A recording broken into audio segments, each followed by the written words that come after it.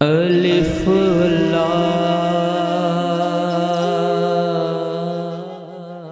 نحمده ونصلي ونسلم على رسوله الكريم اما بعد فاعوذ باللہ من الشیطان الرجیم بسم اللہ الرحمن الرحیم اللہم صلی علی سیدنا مولانا محمد وآل محمد۔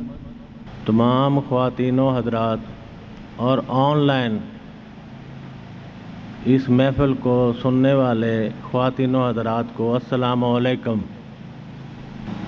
آج ابیات باہو کی شرح کی یہ 7ویں نشست ہے، یعنی نشست ہفتم ہے، اور اس میں 28ویں بیت کی شرح ہوگی اور حرف بے کے چھٹے بیت کی شرح سے لے کر حرف بے کے آخری بیت کی شرح تک اس کی شرح ہوگی۔ ایک مجھے اعلان کرنا تھا کہ میری جو کتب ہیں، میری جو کتابیں ہیں، وہ اب جو شائع ہو رہی ہیں اس میں ہم نے تمام چیزوں کو درست کر کے جو نکالنی تھی نکال دی ہیں، جو ہم نے پہلے نہیں ڈالی تھی، اس میں تحریر نہیں کی تھی، کچھ وجوہات کی بنا پر وہ تحریر کر دی ہیں، وہ دوبارہ شائع ہو رہی ہیں۔ یہ ابیات باہو کا 12 یعنی 3rd ایڈیشن ہے، اور ان کی کتب کی خصوصیات یہ ہے کہ یہ 2 کلر میں شائع ہو رہی ہیں۔ تو اگر آپ نے اب پڑھنا ہے ان کو تو نئے ایڈیشن کو پڑھیں، پرانے ایڈیشن ہم نے کینسل کر دیے ہیں، اس میں لکھ دیا ہے۔ ایک یہ ابیات باہو ہے، ایک شمس الفقرا ہے یہ، اور ایک مجتبیٰ آخر زمانی ہے اب تک جو شائع ہوئے ہیں دوبارہ، اور سلطان العاشقین تو مجبے ہے، اس کو اپ ٹو ڈیٹ کیا گیا ہے اب تک جو صورتحال ہے اس وقت تک کے لیے۔ تو آپ سے درخواست ہے کہ وہ نئی کتب پڑھیں، پرانی ہم نے ابیات جو دیباچہ لکھتے ہیں اس میں لکھ دیا ہے کہ وہ کینسل کر دی گئی ہیں۔ اچھا جی، ہم شروع کرتے ہیں۔ بزرگی نو گت وین لڑائیے، بزرگی نو گت وین لڑائیے، کریے رج مکاڑا ہو، لائے لا گل گہنا مڑیا، مذہب کی لگدا ساڑا ہو، اللہ گھر میرے آیا، جیں آن اٹھایا پاڑا ہو، اساں بھر پیالہ خضروں پیتا باہو، آب حیاتی والا ہو۔ یہ بے کا چھٹا اور اس کتاب کا 28واں بیت ہے۔ بزرگی، عزت، بڑائی، شان، مرتبہ، ٹھیک ہے، نو کو گھت ڈال دیں، گت ڈال دینا، وان نہر ندی لڑائیے بہا دیں، عزت، شہرت، مقام، مرتبہ جو ہے اس کو نہ ہم ندی میں بہا دیں، اس کا یہ لفظی ترجمہ ہے۔ کریے رج مکاڑا ہو، اور رج کا مطلب ہے جی بھر کر، منہ کاڑا کریں۔ اس کا جو ترجمہ یہ ہے کہ راہ عشق، راہ فقر، راہ حق میں جب طالب قدم رکھتا ہے تو سارے مخالف ہو جاتے ہیں۔ یہ اصول ہے صحابہ کرام سے چلا آ رہا، سارے مخالف ہو جاتے ہیں۔ آسان زندگی یہ ہے، صبح کام پہ جاؤ، شام کو کام پہ کما کے لاؤ، تمام جو کھانے والے ہیں ان کو دو، اور زیادہ دیندار بننا ہے تو جا کے مسجد میں 5 وقت نماز ادا کر لو۔ راہ حق میں قربانیاں دینی پڑتی ہیں، راہ فقر میں قربانیاں دینی پڑتی ہیں۔ سالک، طالب، ارادت مند جب اس راہ پہ قدم رکھتا ہے تو اپنی عزت، اپنی شہرت، اپنی بزرگی جو بھی ہے وہ بدنامیوں میں بدل جاتی ہے۔ ہر کوئی تو تکار کرتا ہے، بدنامیوں میں بدل جاتی ہے، اور تقریباً اس کے الٹ ہو جاتا ہے کہ منہ کاڑا کرنے کے مراد ہے کہ اس کو دھتکار دیا جاتا ہے، لعنت ملامت کی جاتی ہے۔ یعنی بزرگی آپ اگر اس راستے پہ چلنا چاہتے ہیں تو نمبر 1 عزت شہرت جو بھی ہے اس کو آپ بھول جائیں، اس کو آپ ایسے کریں جیسے کسی چیز کو نہر میں پھینک دیا جاتا ہے اور وہ بہا کے لے جاتی ہے۔ اور جتنا بھی لوگ تانے بدنامے بدیاں آپ پہ لگاتے ہیں، آپ کو مینے دیتے ہیں اور طرح طرح کے طنز کرتے ہیں، اس سے آپ کو منہ کاڑا یعنی کہ اس طرح عزت کو اچھالتے ہیں تو اس کو تو برداشت کرنا پڑتا ہے۔ لا الہ یہ نفی ہے، لا الہ ہم کہتے ہیں نفی اس بات دا پانی ملیا ہر رگے ہر جائیو، لا الہ نفی ہے۔ لا الہ گل گہنا مڑیا مذہب کی لگدا ساڑا ہو۔ اب یہاں لا الہ نفی گلے میں گہنا زیور ڈالا مڑیا پہنایا، یعنی لا الہ نے گلے میں زیور پہنایا، اس کا لفظی ترجمہ یہ ہے۔ مذہب سے یہاں مراد اسلام نہیں ہے، مذہب سے یہاں فرقہ اور مسلک ہے۔ کی لگدا کیا لگتا ساڑا ہو، اب سالہ تو آپ سمجھتے ہی ہیں، تو فرقہ رشتہ داری ہوتا ہے سالہ بھی ایک، تو اس کا نفی جو ہے نا، آپ جب رائے حق پہ چلتے ہیں، رائے حق پہ قدم رکھتے ہیں اور کسی مرشد کامل اکمل کے پاس جاتے ہیں، میں یہاں 2 نمبر کی بات نہیں کر رہا، جس کا خود منہ کاڑا ہوا ہو تو جعلی مرشد کی بات نہیں کر رہا، تو وہ پہلے لا الہ کرتا ہے، یعنی آپ کے اندر سے، آپ کا جو اندر ہے یہ بت کدا ہے، یہ صنم کدا ہے، اس کے اندر بہت سے بت ہیں، ٹھیک ہے، سب سے پہلے وہ ان کو نکالتا ہے اور اس کو نفی کہتے ہیں۔ جیسے اقبال نے کہا تھا کہ جو میں سر سجدہ ہوا کبھی تو زمین سے آنے لگی صدا، تیرا دل تو ہے صنم آشنا، تجھے کیا ملے گا نماز میں۔ تو کون کون سے بت ہوتے ہیں، میں مختصر سا اس کا ذکر کر دیتا ہوں۔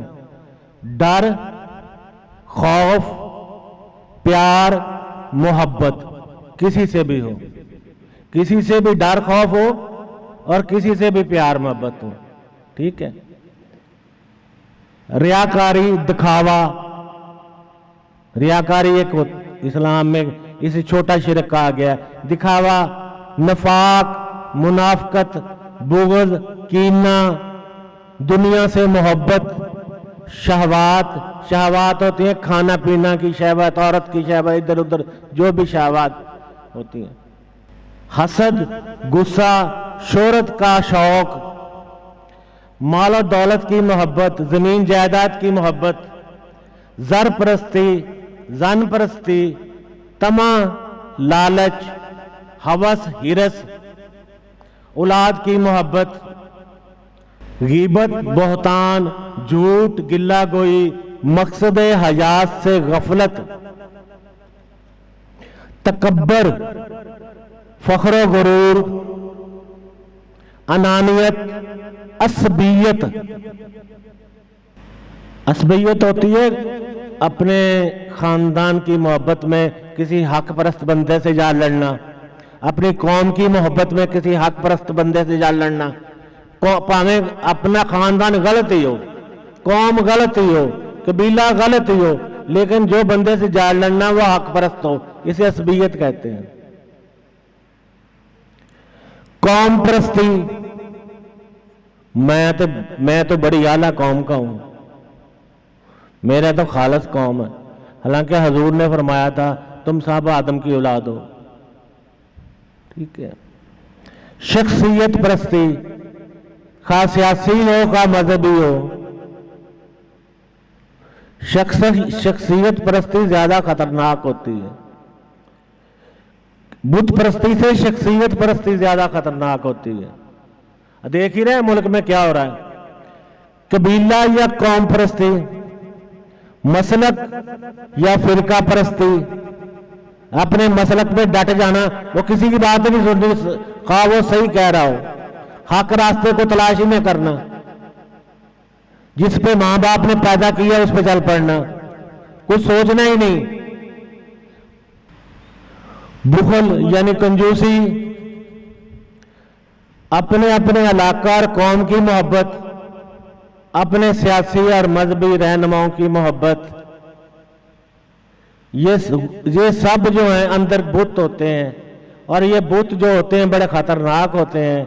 مرشد اس کو پہلے صاف کرتا ہے، اندر خالی کر دیتا ہے، اندر کچھ بھی نہیں رہتا، بالکل خالی ہو جاتا ہے، ایسا لگتا ہے کہ میرے اندر کچھ بھی نہیں ہے، نہ مجھے کسی سے محبت ہے، نہ نفرت ہے، نہ کچھ بھی ہے، خالی ہو جاتا ہے بالکل۔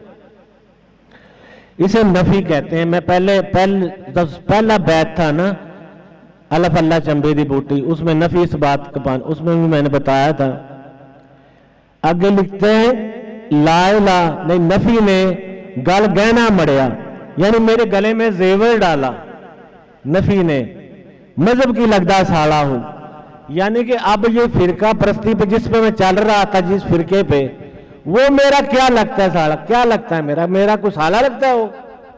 مجھے تو اصل کی سمجھ آ گئی ہے، حقیقت کی سمجھ آ گئی ہے، اصل دین کی سمجھ آ گئی ہے، دین حق کی سمجھ آ گئی ہے، سمجھے نا؟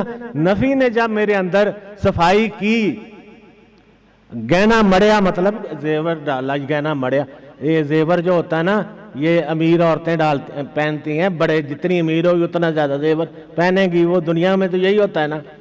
تو یہاں اسی کی مثال دی جا رہی ہے کہ اس نے میرے اندر سے، نفی نے اتنی صفائی کی کہ اب مجھے جس مسلک پہ میں چل رہا تھا، سالہ ایک گالی بھی ہے، تو وہ میرا کیا لگتا ہے، سمجھ آئی؟